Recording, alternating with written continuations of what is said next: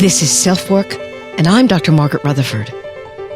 At SelfWork, we'll discuss psychological and emotional issues common in today's world and what to do about them. I'm Dr. Margaret, and SelfWork is a podcast dedicated to you taking just a few minutes today for your own self-work. Hi, and welcome back to SelfWork.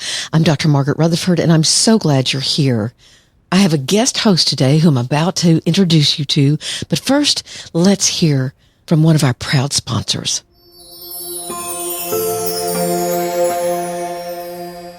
"2022 is ending, which was a hard year for many, as they're trying to heal from the impact of the pandemic. And now we're welcoming 2023, with more people than ever needing help with anxiety and depression. The most common problem I hear from those seeking therapy is how hard it is to find a therapist. BetterHelp solves those problems. After you make the first contact, their standard is to offer names of therapists to you in less than 2 days. And you can talk to them in a first session to see if it's a good fit. If so, you're on your way. But if not, rather than going through an awkward call or email, you simply let BetterHelp know and they'll ask what it was you didn't like and find someone else for you. You can text, chat, or talk virtually. All of those avenues are open to you. I'm a therapist because I got good therapy. I know how much of a difference it can make. I reached out, and so can you. Here's BetterHelp's offer for SelfWork listeners. 10% off your first month of sessions if you use this link. BetterHelp.com/selfwork. There's never a better time than today to reach out and get help. BetterHelp.com/selfwork.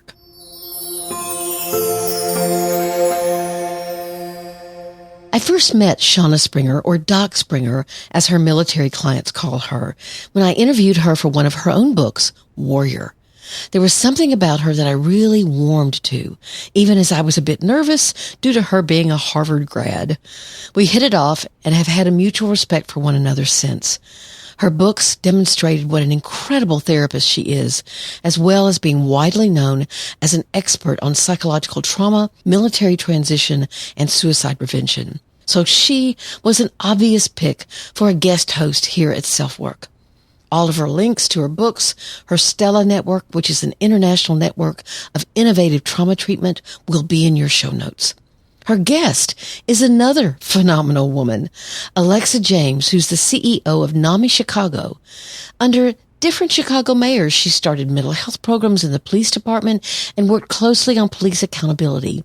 She helped with Chicago's response to COVID and now continues to bring mental health treatment to the far underserved. By the way, NAMI is the National Alliance of Mental Illness, and they have chapters all over the world. What you'll hear today are two very caring and very knowledgeable and very experienced women talking about these innovative treatments that are being used more and more for depression and anxiety, ketamine infusions, and what's called SGB, or stellate ganglion block. You can learn more on Shauna Springer's website at stellacenter.com, but I promise you, I've had several clients of my own use ketamine infusions, and they have been wonderful. I've never had anyone do the stellate ganglion block, but Doc Springer says it's incredible as well. So there's great hope in the treatment of depression. So listen in on this incredible conversation that made me smile so many times when I heard it. But first, let's hear from one more of our wonderful sponsors.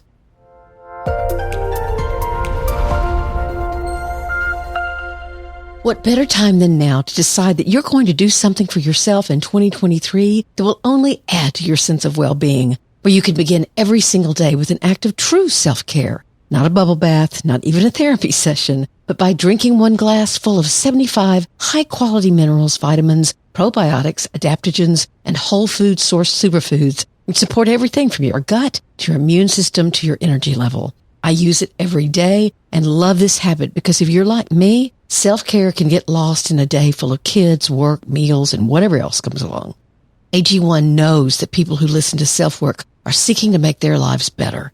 So Athletic Greens is going to give you a free 1-year supply of immune-supporting vitamin D and 5 travel packs with your first purchase. Become your own green machine in the first hour you're up and around. All you have to do is visit athleticgreens.com/selfwork. Again, that's athleticgreens.com/selfwork to take ownership of your health in 2023 and pick up the ultimate daily nutritional insurance.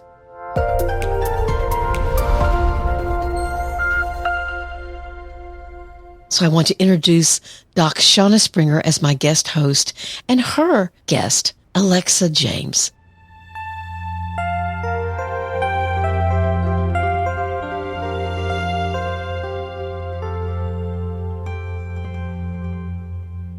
Well, I'm so pleased to welcome to the studio today, Alexa James, the CEO of NAMI Chicago. And I'm doing a guest show for Dr. Margaret Rutherford for the SelfWork podcast. So I met Margaret through Danica Thomas, one of the bravest people I know. Danica lost her husband, Alan Thomas, to suicide, and she uses his story to help prevent suicide loss for other families. And so as the case goes, brave people often know other brave people. And she said, "Oh, you've got to meet my friend, Dr. Margaret Rutherford." So I came on the SelfWork podcast as a guest. And then Margaret was just so great. I instinctively liked her, as I did Alexa the first time we spoke, and thought, I would come on and do a guest show for Margaret and bring Alexa on. So let me tell you about Alexa. She is, as I said, the CEO of NAMI Chicago, where she has become one of the truly leading voices for mental health in Chicago and beyond. And Alexa is really good at forming truly collaborative, meaningful relationships, which she has with local prominent elected leaders, several mayors, and has helped work with the leadership in the police department to set a culture of wellness that has really had positive ripple effects for police officers and the interactions they have with the community and those that they serve and support. Alexa is a regular high-profile guest in Chicago media who has made contributions to Chicago Tonight and Chicago Tribune. And most of all, she's an innovator who believes in courage and compassion as paths to healing mental health challenges for all people. NAMI serves such a wide array of individuals, and I'm excited to have this conversation today with you, Alexa, on Dr. Margaret Rutherford's SelfWork podcast. Welcome. Thank you, Dr. Springer. That was a very lovely introduction. I'm happy to be here with you and chat. Yeah. All right. So tell me first, to get us going, what are some of NAMI's recent initiatives? What are you all working on now? Oh, goodness, so much. So I guess to lay some context, at NAMI Chicago, we really believe that the system itself of mental health treatment is kind of plagued with very, very traumatizing experiences for people, plagued with challenges around accessibility and equity. And so our work is to not rebuild the system. And even saying that feels grandiose, but the truth is, it's not about rebuilding or reforming or fixing. It's about helping people understand it's not working and it wasn't really built to work. That doesn't mean that the incredible people who are part of our alliance and our stakeholder network aren't doing incredible work, God's work in terms of mental health services, but it's time to really become much less antiquated and less othering of folks. So what NAMI really does is everything we do is through the voice of people who are living with mental health conditions or that love somebody who's, by the way, I think we've learned is all of us, certainly. And we build systems for people. We identify the current systems that they're connected to and try to help them through their own choice and journey feel that they can heal. And we utilize a recovery model to do so. So some of our initiatives, NAMI Chicago was wildly busy. We grew a lot over the pandemic, but what we would like to do is extend our outreach in communities, particularly those of color who have been most stigmatized and discriminated against, most impacted by COVID, most impacted by, decades of and years and years and years of neglect. We also are doing a lot of work to educate folks, particularly in the first responder community. It's not even educate. I want to switch that. It's more of a perspective shift. Okay. And in terms of how can people see themselves in other people's pain without wounding themselves in the process? And then finally, a lot of our work too is around expanding our reach through our like telephonic services through our helpline. Now 988 is out and we are not a 988 provider, but what we do know is that the way in which we connect with folks who are calling us and asking for support for themselves or other people has expanded tremendously over the pandemic. And so we're building up a workforce that can be responsive to that. So you've mentioned that, there are many brave and sort of heart-driven healers, which I agree, is the case that can help people, but it's not the people so much as the system that really isn't working for people. Can you say more about maybe what isn't working and kind of go a little bit deeper on that? I found that really interesting. Sure. I think that we have a really disconnected way of thinking about mental health treatment. We pathologize folks and their trauma all the time. And we really get very focused on the diagnosis. And I think we know why. Yeah. And for some people, frankly, when I got a diagnosis of depression, I thought I was just anxious for 2 decades of my life. Yeah, I was relieved. So I'm not at all discounting the fact that it can be powerful to receive a diagnosis that validates how you've been feeling and gives you that kind of authority. But we know that we can get more creative and that healers don't have to have a letter after their name. And our rigidity that we have worked within with our medical model of mental health care doesn't work for mental health, because mental health is not a broken arm. Mental health is around really significant, substantive, and scaffolded approaches to meeting people where they are and helping them consume what feels good for them. And it is completely based on individual. Yeah. And right. And it has to be tailored to. It has to be tailored. Who you're meeting with. What is the cultural set point? Right. Experiences with mental health systems and people. That's right. Absolutely. So NAMI is one of the most respected advocates across the country for changing the model of mental health, really bringing forward. I remember when I was at the VA, we worked a lot with NAMI support groups, really for families, supporting those who are struggling with mental health challenges and really looking at it from a broader framework. I think NAMI's really been a leader in kind of expanding that framework a bit. But now you've really looked at innovations in treatment. And, as we both know, there are some really exciting things that are developing around, for example, outcomes with ketamine for depression. That's an area that you are familiar with. And I'd love to hear kind of your thoughts on the promise of that and what you've been observing. Yeah. Isn't it sad that we're thought of to be innovative because we're using an off-label med? I mean, also, when, I'm sure that the listeners here have been hearing, particularly if this is your area of interest and you're tuning into this podcast, you're hearing about psychedelics and the usefulness of psychedelics in treatment and brain healing and in conjunction with a therapeutic process. Now, ketamine given through an IV with, in a controlled environment with a physician or an advanced practitioner has been really helpful for a lot of folks who we have been working with who have, and I'm saying this in quotes, but this treatment resistant diagnosis. I really don't actually believe in treatment resistant. I think that metabolically, we're not testing people well or at all to see how they, can manage different medications and how they kind of are in conflict in our body or how they can play off each other in a better way. Anyway, ketamine's been really helpful for a lot of folks, which is a great opportunity. It's expensive and that's a problem, but there's also other opportunities for us to think about how can we support the psychedelic kind of community, knowing that has been a really helpful option for a lot of people where other things haven't worked. But frankly, it doesn't also just have to be when other things don't work. This doesn't have to be the 10th step when we're talking about the interventions that you certainly know so much about too. Yeah, we totally agree on that.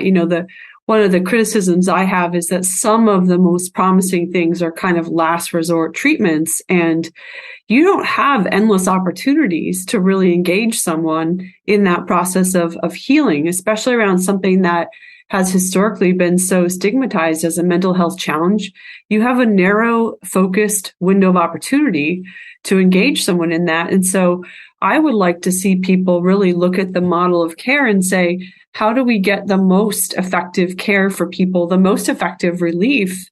And, I think we've both seen sequencing care so that we can address some of those biological symptoms. To get the symptoms addressed right up front can really help people. I totally agree. But also that's right. I mean, that's where we think about discriminatory practices that I'm not certainly if you have insurance, if you have a Medicaid product, if there's no ease of use in the healthcare system. I think whether you have resources or not, but it's certainly more complicated for folks who do not. But you don't see this hesitancy in other medical conditions to try and dig into and test the way that we do in the mental health system. And part of it is probably because it's not lucrative, but the other part is, and Dr. Thomas Insults really articulates this really well in his book. He's the former National Institute of Mental Health director. And he talks about the fact that testing for and doing brain research is so complicated, and our mental health is so much more fluid than other disease states. So it's hard for us to articulate causality. Yes. Which makes it hard for a provider then to dictate treatment options. It can feel like more of a black box, I think, to the research community. That's right. But we see such powerful results. And, you had talked about the infusion delivery, which is also kind of a key point that I want to pick up on, because right now with ketamine, many of the delivery systems that I've seen advanced are not as well controllable. And I think that really matters. And people are learning about psychedelics, right? We're kind of writing the book as we go. And so you picked up on that. And I'd love to have you kind of comment a little bit more about that as a delivery method, or I can, but I want to make sure that the listeners kind of hear that piece of it. The importance of the delivery mechanism. Yes. With ketamine, particularly, you had mentioned, kind of infusion as a delivery mechanism. Yes, certainly. So there's different ways in which people can consume ketamine as a treatment for depression, anxiety, substance use disorder, PTSD, et cetera. And there's a nasal formula, which has been demonstrated to be less impactful versus the going through an IV solution. I think that what's really important, however, is just like anything else, when something's working, we start to see predatory practices. So folks who are providing this off-label treatment in a way that isn't safe or cathartic.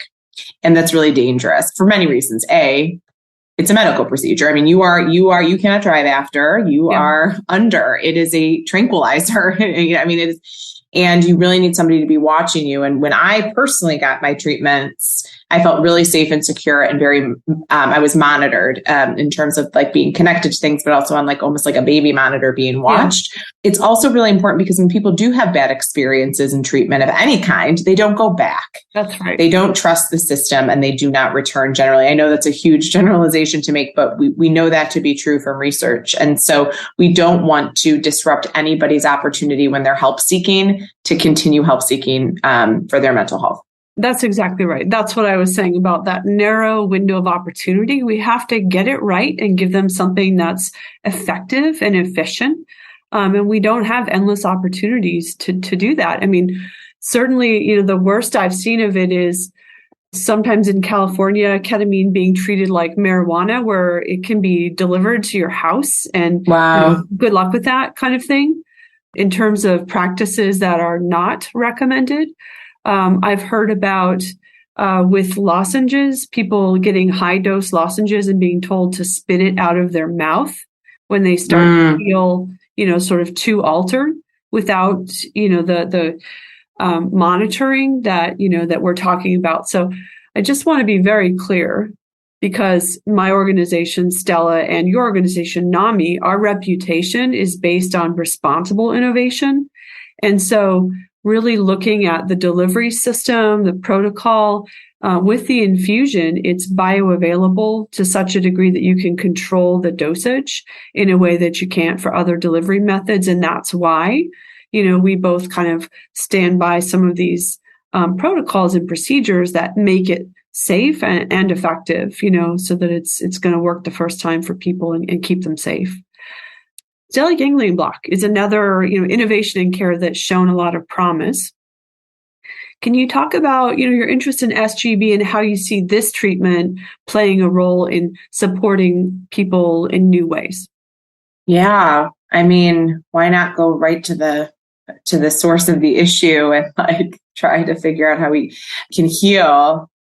Again, I mean, anecdotally, I've heard people who have done SGB who have been really impacted. I think that there's also something to be said about treatment interventions that provide more immediacy in terms of how you feel. Right. And so when folks feel better quickly, it's really encouraging and it instills hope. And hope lost is really the most dangerous part of all of this, right? Yes. No matter where you sit. So I think it's interesting. I think it's terrific that it's, that more people are engaging with the conversation and learning about what it is. And hopefully we can get to a place where the cost isn't prohibitive from folks and that more individuals can start to think about this as an option. I think another block that we have is referrals from psychiatrists. Okay. I think that there is apprehension in the psychiatric community about some of the psychedelics. Understandably, this is not how they were taught about it. Of how they were trained. Right? That's right. That's right. Yeah. That's right. So that's something that we too also need to figure out how to continue to change that conversation. Really hear also from the medical community, that side of the medical community, about the opportunities that they see in these interventions. Sometimes I get the impression talking to psychiatrists that they're concerned that they'll be painted with kind of the California hippie brush, if they advocate for psychedelics. Yet we have Mass General Hospital, and other organizations, Harvard Medical School, Johns Hopkins doing major research that's really promising. And some of the people that are doing that research, I know personally, are very conservative, careful, responsible people that, I called up when I heard about this and said, what do you think? Is this safe? Is this going to be a thing? And they said, yeah, it's really interesting and it's promising. And I know people that have had both with ketamine and with SGB, just a single treatment has put them in a very different mind space with those treatments. Right. Sometimes, with ketamine, it's 6 sessions if the trauma runs pretty deep. Sometimes it's just a single session that can really shift the mind state. And what I know we also agree on is that it's not really a standalone, that these treatments work really well with traditional modalities. So they're not substitutions for those, but are really powerful when paired. Can you talk about what you've observed about the pairing and the value of traditional talk therapy and other therapies with some of these new innovations? Yeah, I mean, I think just like with everything, I mean, I think that, so for folks who are listening, has there ever been a moment when you were feeling hopeless? You were maybe feeling like it's difficult for you to kind of see more globally or gain insight into your own stuff, or you are so focused on the symptoms around how you're feeling that you can't kind of get out of that. I mean, that's part of the challenge with mental illness. Mental illness in of itself, no matter what the diagnosis is, symptomatically restricts us from healing through practice and coping strategies and talking.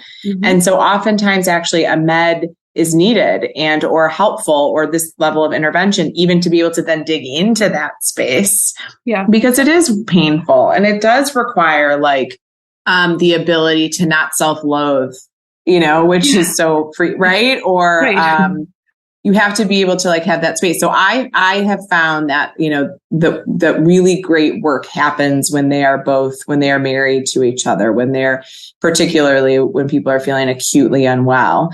Because talk therapy in of itself is fine. It can be very passive. Some people want more direction and in order to seek that, in order to receive very directive kind of guidance when we're feeling low, requires, I think, some openness to that, which can be helpful through this treatment. I mean, listen, I think that therapy is tricky because I think that we don't always ask ourselves when we're thinking about that modality, What do we actually want from a seeker? What do we want from a helper? What do we need? And they don't always match. Yeah. And so I hope that folks listening, practitioners or not, really start to help the general public educate themselves about how do you interview a therapist? What are the questions you ask? Mm-hmm. I certainly picked a therapist that wasn't going to judge ketamine as one of my interventions because there's some of that, right? Or people who are also involved in 12-step, how will, taking a psychedelic interfere with that if it's an abstinence-based program? So these are all things you have to kind of think about. How does your treatment community share value to make you feel the best and the most supported?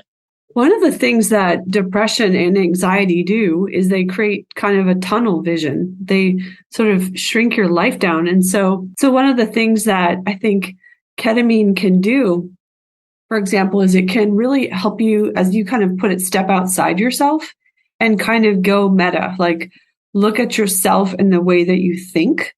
Some of the patients that I've followed through that treatment have not had psilocybin, like mushroom type trips at all, but have really felt like they're cognitively fully aware. They're just able to get a perspective on their own situation that kind of diffuses a lot of the overwhelm. And I think the same thing has been true for what I've seen in SGB too, is that when it helps you get control inside your own body again, then you can approach therapy without feeling like your body's going to get hijacked, which is too scary for some people. Mm-hmm. So I love what you're saying. And I want to ask you a little bit more about that therapist value match, because that's a really interesting dimension that I hadn't thought about, like the degree of openness. What are some other questions that people can ask their providers to see if this is a good fit for me? Yeah, it's so right. Well, I think it's having a conversation probably with somebody you trust or yourself.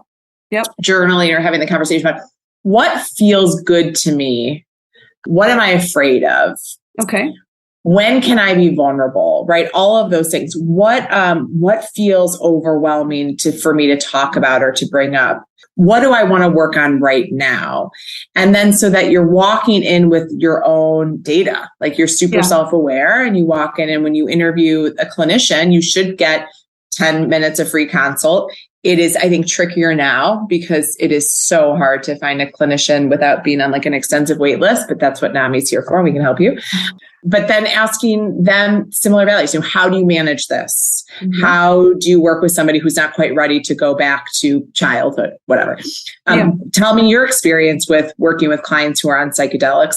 You may hear someone be like, well, I don't believe in that, so I don't have any, or they've been really helpful, or I don't know much about it, which, then I would follow up with, would you be willing to invest some time in learning more about it?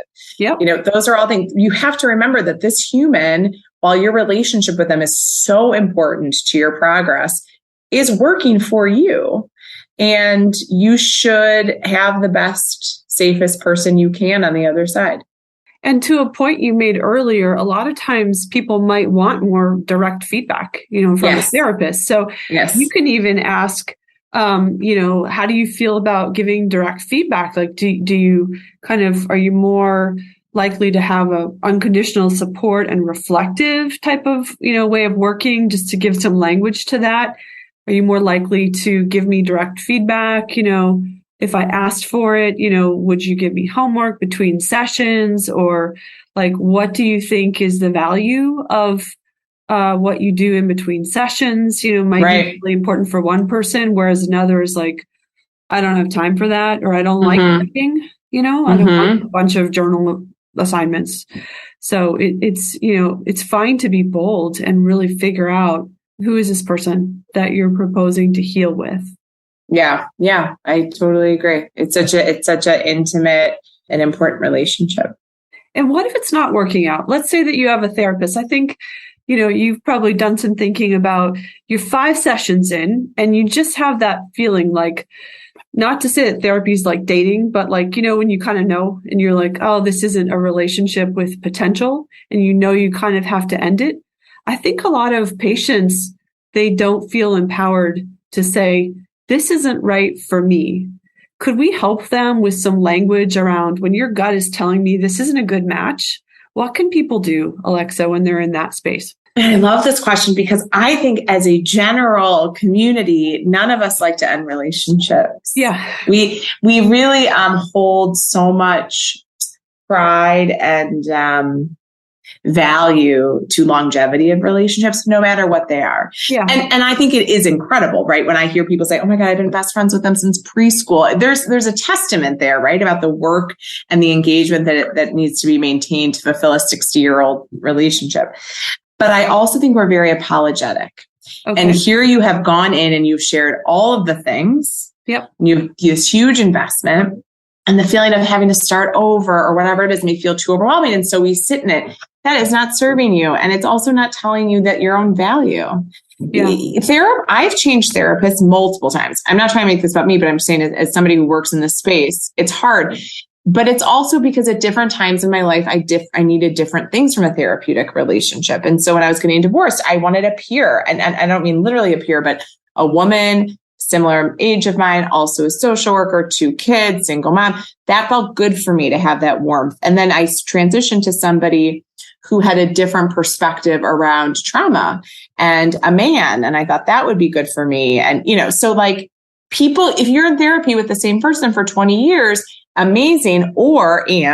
Ask yourself, would it be helpful for you to have maybe a different discipline or a different type of mirror?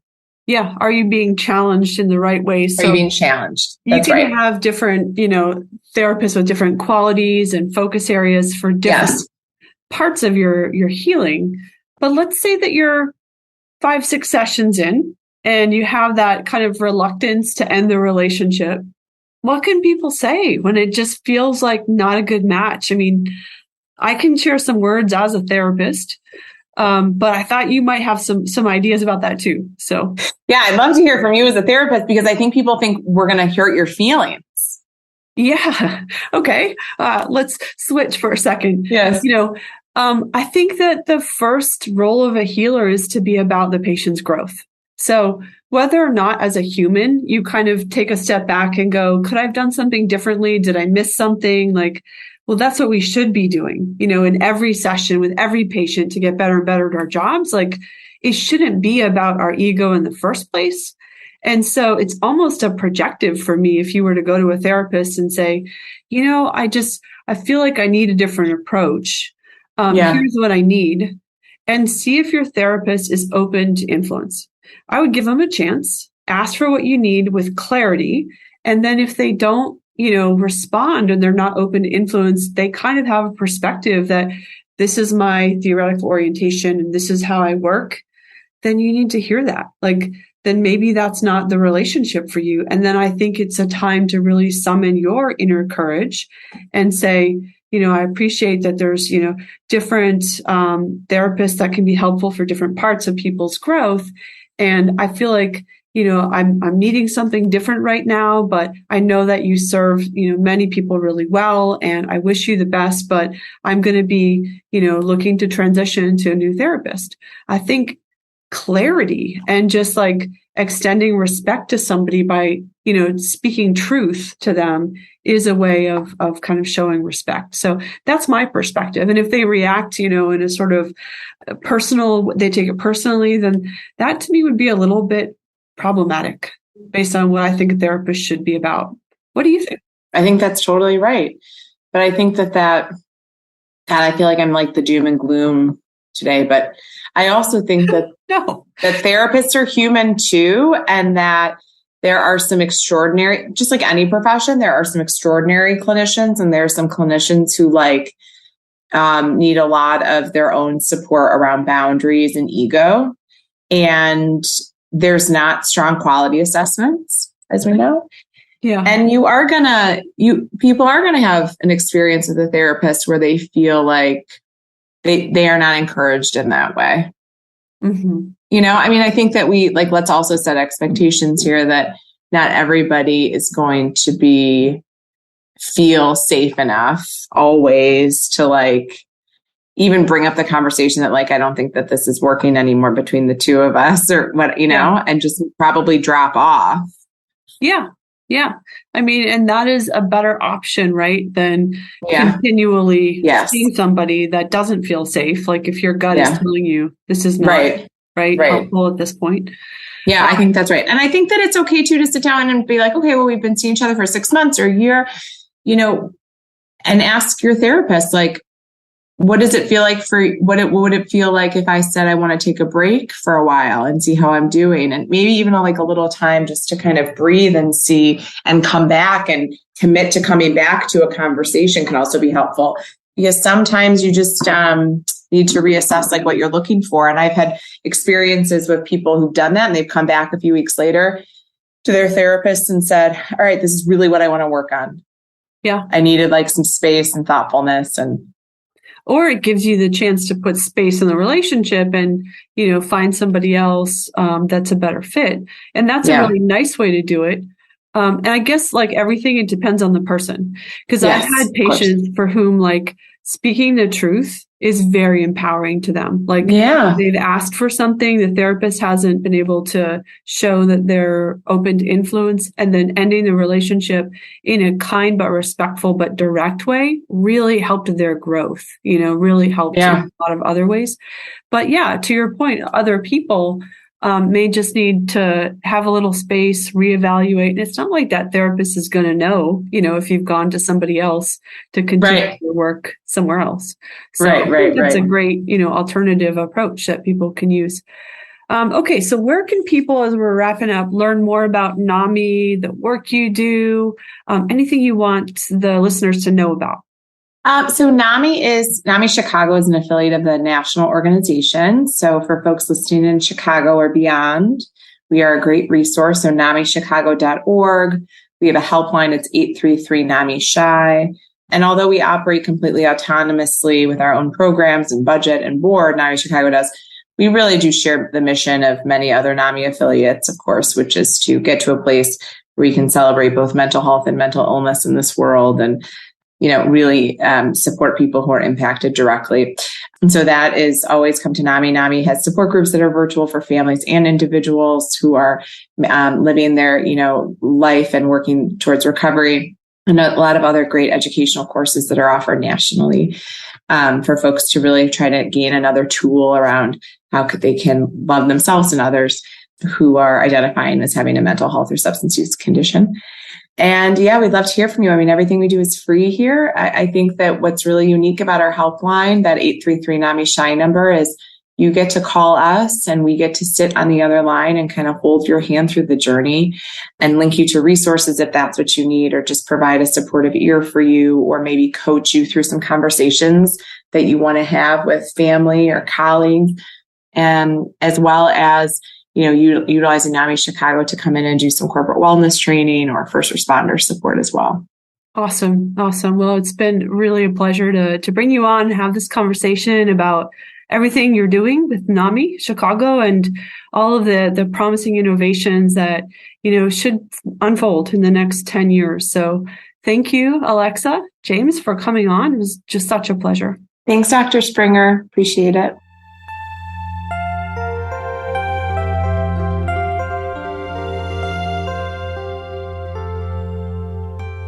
Thank you for being here as we go on with our guest host and other kind of special presentations for SelfWork in 2023. You can always email me at askdrmargaret at drmargaretrutherford.com. And of course, leave ratings and reviews wherever you listen, but especially on Apple. That would be fantastic. Take very good care of you, your loved ones, and your community. I'm Dr. Margaret, and this has been SelfWork.